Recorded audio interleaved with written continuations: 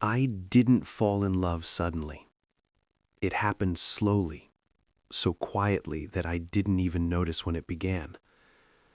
At first, he was just someone I spoke to when my days felt heavy, someone who listened without interrupting, someone who didn't rush to fix me or judge me or tell me how I should feel. He was simply there, and sometimes that's all a lonely heart needs. We met online, by accident. A late-night conversation that was supposed to last a few minutes turned into hours, then into nights, then into weeks where he became part of my routine without asking permission. We talked about simple things: music, work, childhood memories, things we loved, things we feared. Slowly, without realizing it, I started waiting for his messages. My days felt incomplete when he wasn't there, but I told myself it was just friendship. It had to be, because friendship was safe. Love wasn't. I had spent years building walls around myself, not because I didn't want love, but because I had learned that wanting the wrong kind of love could cost you everything: respect, family, belonging. So, I kept my feelings quiet. He didn't. He was honest in a way that made me uncomfortable. He spoke about emotions like they weren't something to hide. He asked questions I avoided answering. He noticed when I pulled away. One night, he said something simple that stayed with me. "You don't let anyone get too close, do you?" I laughed it off, but he was right. The truth was, I wanted him close. I just didn't know how to survive if he was. Our conversations became deeper, more personal, more dangerous. There were moments when I wanted to tell him everything, to say his name the way it felt in my chest, to admit that I cared more than I should. But every time I came close, fear stepped in. Fear of what this meant. Fear of where this could lead. Fear of losing control. So, I stayed silent. And silence, once again, became my shield. Months passed. He started talking about the future, about moving, about changing his life, about wanting something real. I listened carefully, pretending not to understand what he was really saying. He wanted clarity. I offered comfort instead. He wanted honesty. I gave him half-truths. And even though he never said it directly, I could feel him growing tired. Loving someone who won't fully show up is exhausting. One day, he asked me the question I had been avoiding.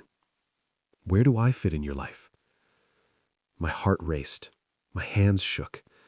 I had rehearsed this moment so many times in my head, but when it arrived, I couldn't speak. I told him I cared. I told him I wasn't ready. I told him I needed time. What I didn't tell him was that I loved him. He nodded. He smiled softly, but something in his eyes changed, and I knew. Time was something I had plenty of. He didn't. After that, things slowly shifted. Messages came later. Calls became shorter.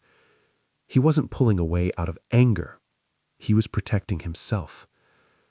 And I let him, because fear still felt safer than truth.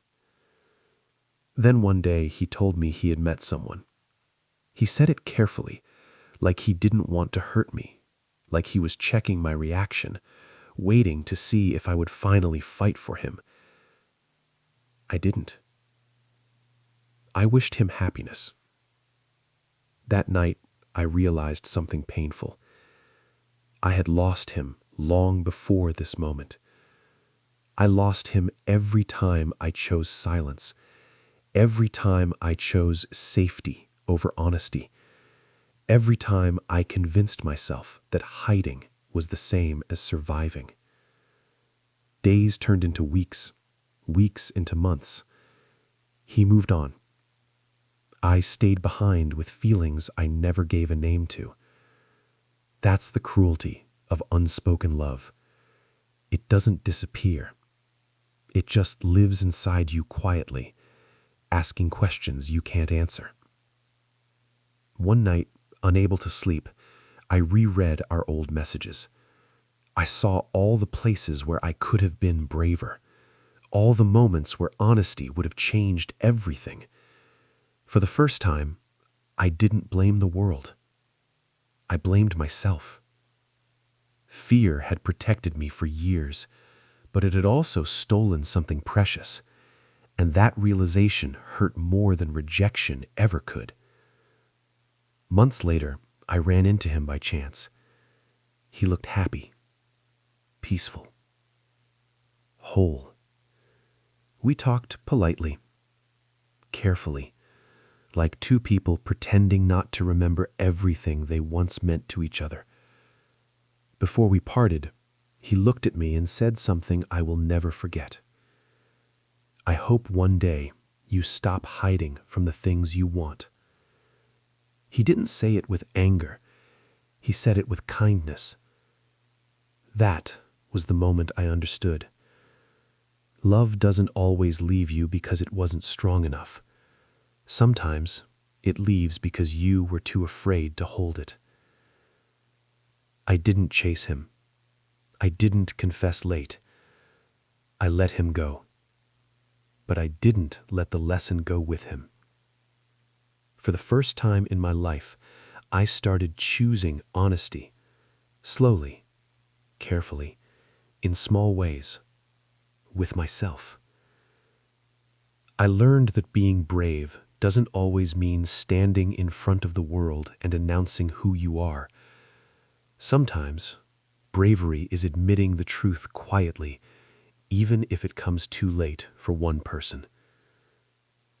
I don't know where he is now, but I know where I am.